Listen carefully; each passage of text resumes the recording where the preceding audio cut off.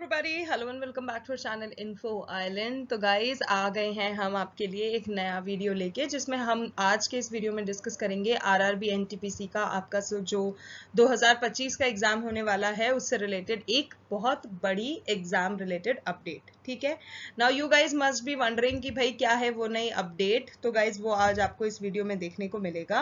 And not only that update, उसके साथ साथ हम डिस्कस करेंगे आपके लिए प्रैक्टिस सेट जो हम लेकर आए हैं उसके सभी questions along with their answers. Guys अब आप अगर सोच रहे हैं यहाँ पे हार्ड लेवल क्यों हुआ है, तो गाइज मैं आपको बताना चाहूंगी, अगर आप वो कैंडिडेट्स हैं जो कि चैनल पे वीडियो ऑलरेडी देख चुके हैं तो उनको पता होगा कि हम आपकी प्रिपरेशन को बूस्ट अप करने के लिए प्रैक्टिस सेट लेकर आ रहे हैं हमारे चैनल पे। तो उसका हार्ड लेवल से मेरा ये मतलब है कि जो आपकी प्रीवियस एग्जामिनेशन के शिफ्टों में जो क्वेश्चंस पूछे गए थे, जिन शिफ्ट्स को हार्ड कंसिडर करा गया था, वो वाले सारे प्रीवियस ईयर क्वेश्चंस हम इस वीडियो में डिस्कस करेंगे। ऐसा ही एक प्रैक्टिस सेट ऑलरेडी चैनल पे अवेलेबल है, हार्ड लेवल का भी, मॉडरेट लेवल का भी, तो आप उनको देख सकते हैं। और इस वीडियो में भी हम हार्ड लेवल के क्वेश्चंस ही डिस्कस करेंगे, जिससे कि आपको मोटा मोटा ये पता पड़ जाएगा कि आरआरबी एनटीपीसी का आपका जो एग्जाम होने वाला है उसका जो पैटर्न रहेगा, उसमें जो क्वेश्चंस पूछे जाएंगे कि वो किस लेवल तक पूछे जा सकते हैं। सो गाइज, जैसे कि हम पहले से ही ये चीज जानते हैं कि 11,000 ऑलमोस्ट अप्रोक्सीमेट 11,000 पोस्ट के लिए 1 करोड़ से भी ज्यादा फॉर्म्स फिल करे गए हैं इस पर्टिकुलर एनटीपीसी के जो ये अंडर ग्रेजुएट और ग्रेजुएट लेवल के एग्जाम्स हो रहे हैं उनके लिए, जिसमें कि ग्रेजुएट हो गए और अंडर ग्रेजुएट हो गए, दोनों ही लेवल शामिल हैं, और जिनके लिए 1 करोड़ से भी ज्यादा फॉर्म्स फिल करे गए हैं। और बात करें इसका पेपर, तो गाइज जैसे कि हम सब जानते हैं एनटीपीसी का जो पेपर होता है वो 2 चरणों में होता है, जिसमें आपका सीबीटी 1 होगा और दूसरा आपका सीबीटी 2 होगा। ठीक है, दोनों आपका क्वालिफाइंग टेस्ट हैं। अगर आप उनको पास कर लेते हैं, सीबीटी 1 को, सीबीटी 2 को अगर आप पास कर लेते हैं, उनको क्लियर कर लेते हैं, तो नेक्स्ट आपका होता है सीबैट यानी कि गाइज टाइपिंग टेस्ट, और फिर होता है डीवी यानी कि मेडिकल टेस्ट। ठीक है, अगर आप ये दोनों एग्जाम्स क्लियर कर लेते हैं तो आप एनटीपीसी के लिए आगे कंटिन्यू कर सकते हैं। अब बात करें रीसेंट अपडेट के हिसाब से, तो गाइज रीसेंट अपडेट के हिसाब से एक बहुत बड़ी चीज सामने आई है। वो ये आई है कि जो आरआरबी के आपके जो पेपर होने वाले हैं, ठीक है, आरआरबी के आपके एएलपी का हो गया, जेई का हो गया, या कोई सा भी हो गया, तो आरआरबी के जो सारे एग्जामिनेशंस हैं अब आप अपने ही डिस्ट्रिक्ट में दे सकते हैं। तो गाइज ये है वो बहुत बड़ी अपडेट जो कि रिसेंटली सामने आई है। और जैसे कि हम सब जानते हैं, ये जो रेलवे कैटेगरी के एग्जामिनेशंस होते हैं ये बहुत ज्यादा पॉपुलर होते हैं, इनके लिए बहुत ज्यादा आवेदन पत्र आते हैं। और जैसे कि मैंने अभी आपको बताया, 11,558 वैकेंसीज निकाली गई हैं, दोनों ही ग्रेजुएट और अंडर ग्रेजुएट लेवल को मिला के, जिसके लिए अलग अलग जोनल रेलवेज से अलग अलग जगह से पोस्ट जो है उनको वो फिल करेंगे। ठीक है, प्रोडक्शन यूनिट जो है इंडियन रेलवेज की अक्रॉस द कंट्री, वहां पर भी उनको पोस्टिंग दिया जाएगा। और इन 11,558 पोजीशंस में जो कि अनाउंस करी गई है, उसमें से 8,113 जो है वो ग्रेजुएट लेवल की है, और इसके अलावा बची हुई 3,445 जो है वो अंडर ग्रेजुएट लेवल की पोस्ट हैं। तो ये चीज भी आपको ध्यान में रखनी है। गाइज बात करें कि हॉल टिकट कब रिलीज होगा, तो जो हॉल टिकट है रिटन एग्जाम्स के लिए वो 4 दिन पहले ही आपको मिलेगा, जब भी आपका स्केड्यूल आएगा एग्जामिनेशन डेट का। अब तक तो यही माना जा रहा है गाइस कि पहले हमने अनुमान लगाया था कि अप्रैल में या मई में एग्जाम हो जाएगा, बट अब जो भी रिसेंट ऑफिशियल नोटिफिकेशंस आए हैं उनके हिसाब से यही फाइनल लग रहा है कि इसका एग्जाम आपका जून से पहले नहीं होने वाला है। ठीक है, तो उस चीज को आप मान के चलो। ठीक है, और इसके अलावा जो RRB NTPC city intimation slip है वो भी रिलीज हो जाएगी आपके एग्जामिनेशन से 10 दिन पहले, तो ये चीज नोट कर लेना। इसके अलावा गाइस, जैसे कि मैंने अभी आपको बताया कि जो ग्रेजुएट लेवल की पोस्ट हैं जो निकाली गई हैं, जिनमें टोटल वैकेंसीज जो हैं वो 8,113 वैकेंसीज निकाली गई है। तो गाइस अगर उनको हम बीच में अगर हम डिस्ट्रीब्यूट करें कि किस तरह से उसको डिस्ट्रीब्यूशन किया गया है, so guys goods train manager के लिए 3,144, चीफ कमर्शियल कम टिकट सुपरवाइजर के लिए 1,736, सीनियर क्लर्क कम टाइपिस्ट के लिए 732, जूनियर अकाउंट असिस्टेंट कम टाइपिस्ट जो है उसके लिए 1507 और स्टेशन मास्टर के लिए 994 ये कुल पद निकाले गए हैं अभी तक ग्रेजुएट लेवल के लिए जो निकाले गए हैं। अब बात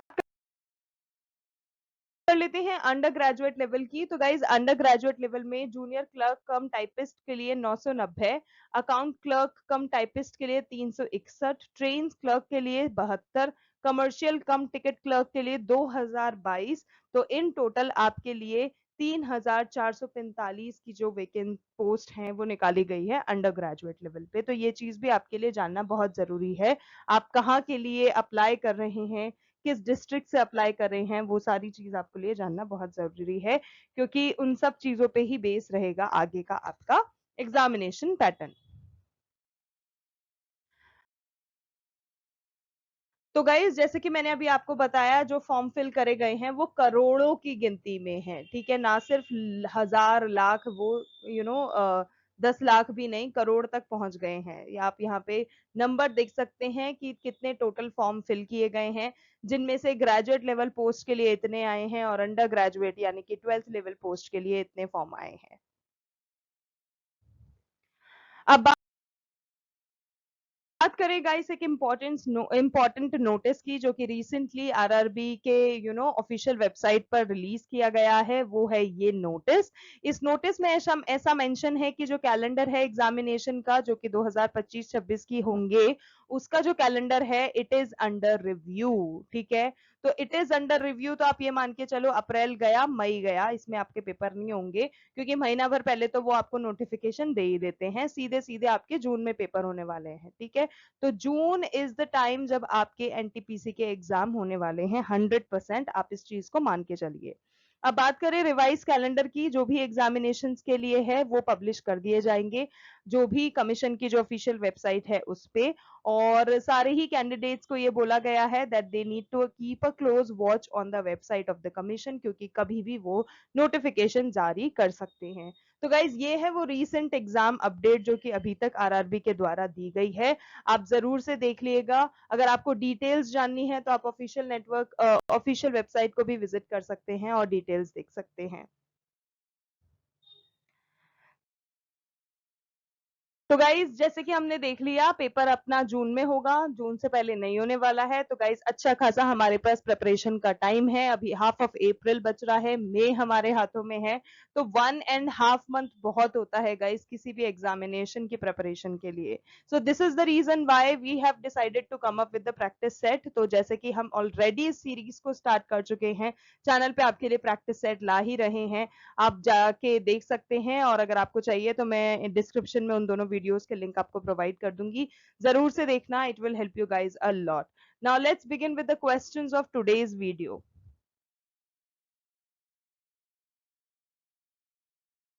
तो चलिए गाइस शुरू करते हैं क्वेश्चंस आज के, जो कि आपको हेल्प करेंगे आपके आने वाले एनटीपीसी के एग्जाम में।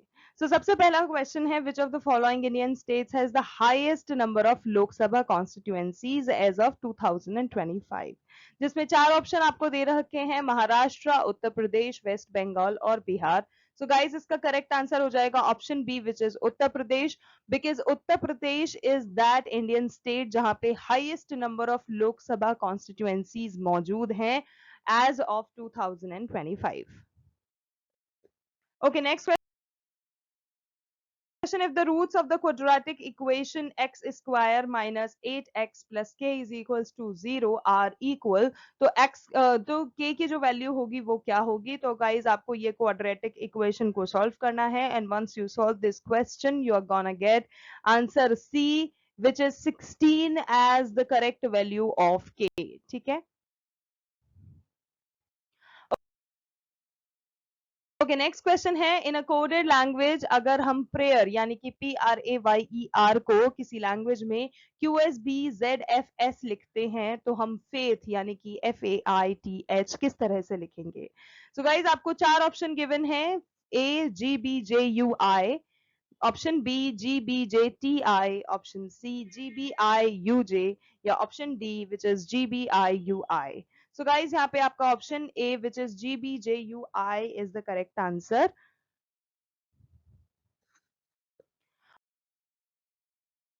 Okay, next question. Which scientist discovered the theory of relativity, fundamentally altering our understanding of space and time? तो यहाँ पे आपको बताना है कौन से ऐसे साइंटिस्ट हैं जिन्होंने रिलेटिविटी की थ्योरी को डिस्कवर किया है, जिसमें आपको ऑप्शन ए गिवन है Isaac Newton, option B Albert Einstein, option C Niels Bohr, या फिर option D Stephen Hawking. So guys, option B, which is Albert Einstein, is the correct answer because he is that scientist जिन्होंने theory of relativity जो है उसको discover किया है, altering our understanding of space and time. Okay, अगला सवाल है, अ train 300 meters long passes a pole in 15 seconds. ठीक है, how long will it take to pass a platform which is 500 meters long. ठीक है, 300 मीटर को उसने इस समय में किया है, तो 500 मीटर को कितना करेगी? So guys, option B which is 40 seconds is the correct answer, जिसको उस ट्रेन को उस 500 मीटर लंबे प्लेटफॉर्म को कवर अप करने का 40 सेकंड का समय लगेगा. Okay, which Indian freedom fighter was famously known as Netaji and led the Indian National Army during World War II? So guys, आपको options दे रखे हैं, भगत सिंह, सुभाष चंद्र बोस, चंद्रशेखर आजाद या लाला लाजपत राय. सो गाइज, ये तो बहुत कॉमन सा क्वेश्चन है. I am assuming that you all must be knowing the answer already, क्योंकि हम सब जानते हैं सुभाष चंद्र बोस जी को नेताजी के नाम से जाना जाता था. ठीक है, and he was the one जिन्होंने इंडियन नेशनल आर्मी को लीड किया था जब सेकेंड वर्ल्ड वॉर, यानी कि द्वितीय जब विश्व युद्ध हुआ था, लड़ा गया था उस समय में. So guys, Subhash Chandra Bose is the correct answer. Okay, next question. If log 3x plus log 3 2x minus 3 is equals to 2, then what is the value of x? तो यहाँ पे आपको options में दिए गए हैं. Option number A is 3, option number B is 4, option number C is 5 and option number D is 6. So guys, यहाँ पे आपको जो correct answer है वो है आपका option D, which is 6. So guys, 6 is the correct answer. Okay, moving to the next question. In a group of 5 people, A speaks to B speaks to C, but C does not speak to A. ठीक है, A B से बात कर रहा है, B C से बात कर रहा है, लेकिन C, एक सेकेंड, यहाँ A B C लिख देते हैं, लेकिन C A से बात नहीं कर रहा है. ठीक है, लेकिन जो D है वो सबसे बात कर रहा है सिवाय E के. ठीक है, डी ने सबसे बात करी सिवाय ई के, तो who can E speak to without violating the pattern? This is very tricky but yet a simple question. अगर आप थोड़ा सा दिमाग लगाएंगे तो गाइज इसमें फिर करेक्ट आंसर यही हो जाएगा कि जो ई है वो सी से बात कर सकता है अगर उसको पैटर्न को वायलेट नहीं करना है. So answer is C and only C. Okay, next question. Which international organization headquartered in New York was established in 1945 to maintain global peace and security? And इसके आपको अलग-अलग options दे रखे हैं, which is World Health Organization, which is WHO, option B, United Nations, which is UN, option C is International Monetary Fund, which is IMF, and option D is World Trade Organization, which is WTO. So guys, option B, which is United Nations, is the correct answer, क्योंकि United Nations ही है जो कि 1945 में establish किया गया था. New York में उसके headquarters मौजूद है. इंटरनेशनल ऑर्गेनाइजेशन ये बिल्कुल है, और ग्लोबल पीस और सिक्योरिटी के लिए ही इस ऑर्गेनाइजेशन का गठन किया गया था. Okay, next question. A sum of money doubles itself in 5 years. ठीक है, 5 साल में डबल हो जाता है एक पर्टिकुलर सिंपल इंटरेस्ट के फॉर्मूले से. तो what is the rate of interest per annum? तो कितना इंटरेस्ट रहेगा साल भर का?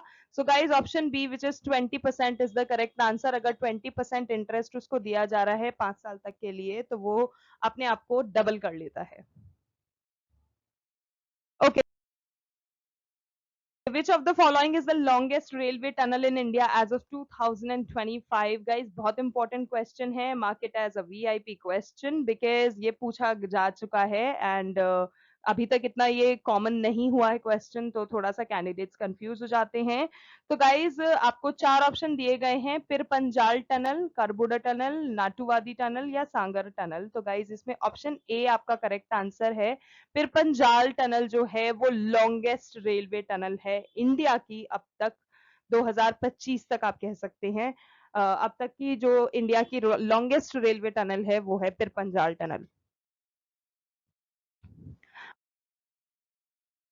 ओके नेक्स्ट है, if 5 men can complete a work in 12 days, ठीक है, 5 जो आदमी जो हैं वो 12 दिन में काम खत्म कर रहे हैं, how many days will 8 men take to complete the same work assuming equal efficiency. हम ये मान के चल रहे हैं कि वो जो 8 आदमी हैं वो इक्वल एफिशिएंसी दे रहे हैं, तो वो कितने दिनों में काम कंप्लीट करेंगे? तो guys option C which is 7.5 वो आपका करेक्ट आंसर होगा।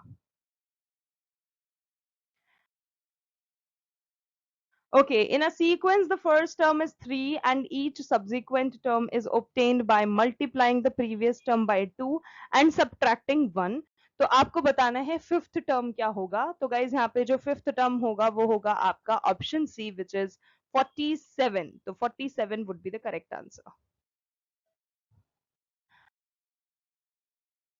Okay next question, which element discovered on the sun before earth, ठीक है, is the second most abundant in the universe. ठीक है, ऐसा एलिमेंट जो कि सन पे डिस्कवर पहले किया गया था, जब वो अर्थ पर डिस्कवर किया भी नहीं गया था उससे पहले, एंड वो सेकेंड मोस्ट अबंडेंट एलिमेंट है यूनिवर्स में, ठीक है, जो कि मौजूद है।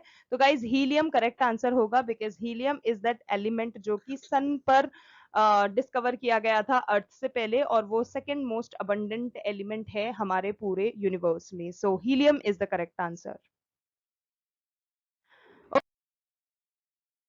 Okay, next question. A clock shows the time as 3. What will be the angle between the hour and minute hands after 18 minutes? ठीक है, 18 minutes के बाद अगर आप डिग्री के हिसाब से देखते हैं तो 81 degree is the correct answer. 81 degree आपका हैंड मूवमेंट रहेगा 18 मिनट के बाद।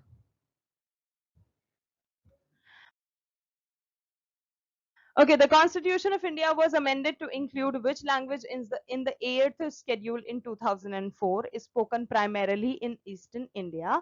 तो यहाँ पे आपको चार ऑप्शंस गिवन हैं, बोडो, संथाली, मैथिली या फिर ये तीनों ही लैंग्वेजेस। तो गाइज इसका करेक्ट आंसर आपका होगा ये तीनों ही languages which is option D, क्योंकि 2004 का जो 8th शेड्यूल हुआ था, जब उसमें अमेंडमेंट किया गया था, तो उसमें जो लैंग्वेजेस ऐड करी गई थी वो ये तीनों ही लैंग्वेजेस थी जो कि ईस्टर्न इंडिया में काफी ज्यादा प्रचलित है, लोगों के द्वारा बोली जाती है।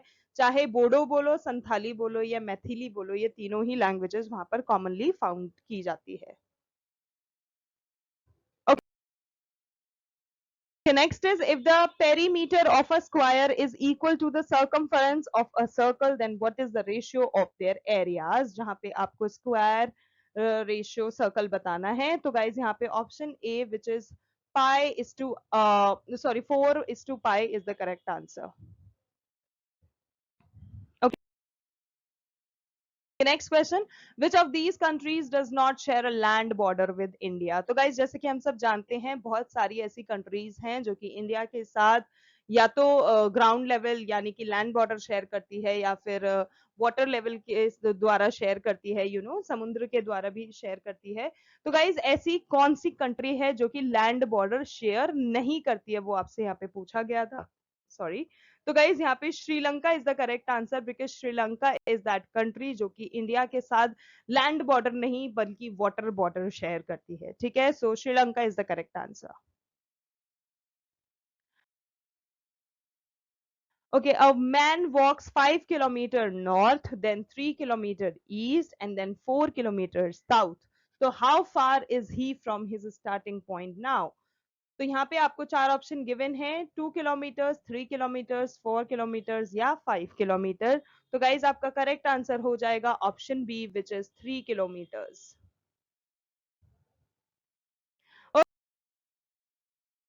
Okay guys, so the last question for today's video we have, which Indian state became the first to achieve 100% primary education as recognized in 2016? और जहां पर आपको 4 ऑप्शंस ऐसे दे रखे हैं, केरला, तमिलनाडु, हिमाचल प्रदेश या गोवा.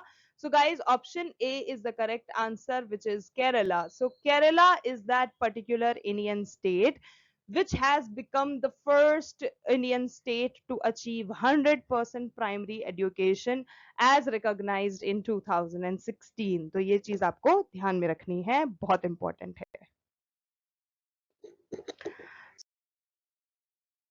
सो गाइज आज के लिए बस इतना ही. आई होप आपको वीडियो अच्छा लगा. ये थे हमारे वो सारे क्वेश्चंस जो कि हार्ड लेवल के ऐसे रहे हैं, प्रीवियस ईयर के क्वेश्चंस जो कि आपको एनटीपीसी के अपकमिंग एग्जाम में हेल्प करेगा.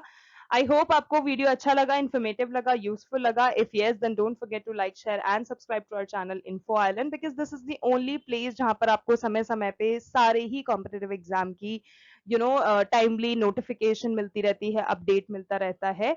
एंड अगर आप इस तरह के और प्रैक्टिस सेट चाहते हैं तो प्लीज कमेंट करके जरूर से बताइएगा. We will come up with more of such videos. ठीक है, क्योंकि इस तरह के जो प्रैक्टिस सेट होते हैं वो आपकी इंग्लिश हो गया, मैथमेटिक्स हो गया, जीए के जीएस हो गया, रीजनिंग हो गया, सबको ही क्लब अप करके आपकी प्रिपरेशन लेवल को बूस्ट अप करते हैं. सो गाइज आज के लिए बस इतना ही. Thank you so much for watching. We will see you in our next video. तब तक के लिए all the very best to all the candidates.